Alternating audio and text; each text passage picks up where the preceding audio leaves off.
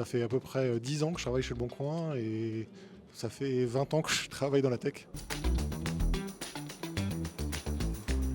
Il y a un énorme enjeu sur la data, effectivement, la data quality et la gouvernance de la donnée de manière générale, qui est un gros sujet chez nous, à la fois en termes de prise de décision, donc sur la partie BI Analytics, mais aussi effectivement quand tu déploies l'IA pour avoir des modèles qui soient pertinents et efficaces.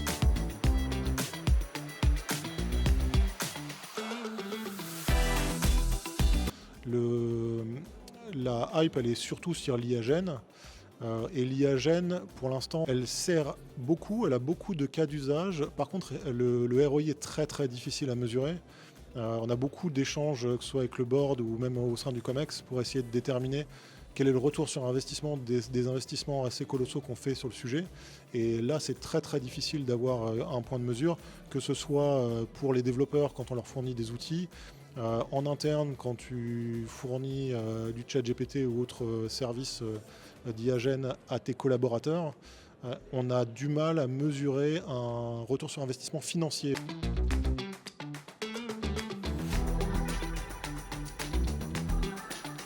Il y a forcément des use cases simples où tu vas avoir le facteur 10. Si j'ai un petit outil que j'ai pas et que je demande à un développeur, il va me le développer probablement en une journée, là où avant il me le développait en 2 semaines.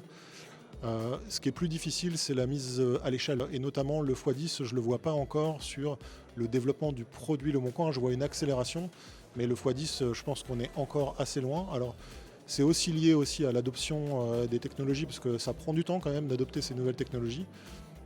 Mais j'ai espoir que ça arrive, mais pour l'instant, je ne le vois pas se matérialiser concrètement.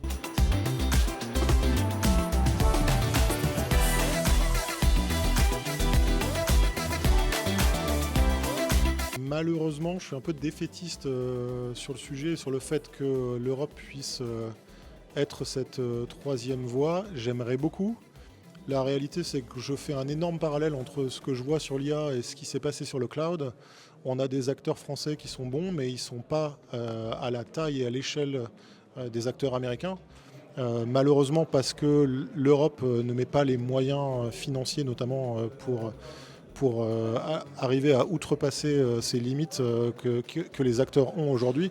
Et quand tu connais les montants d'investissement chez un OpenAI, je crois qu'on parle de 300 milliards de dollars. Aujourd'hui, il n'y a aucun des acteurs français ou européens qui peuvent faire ces investissements.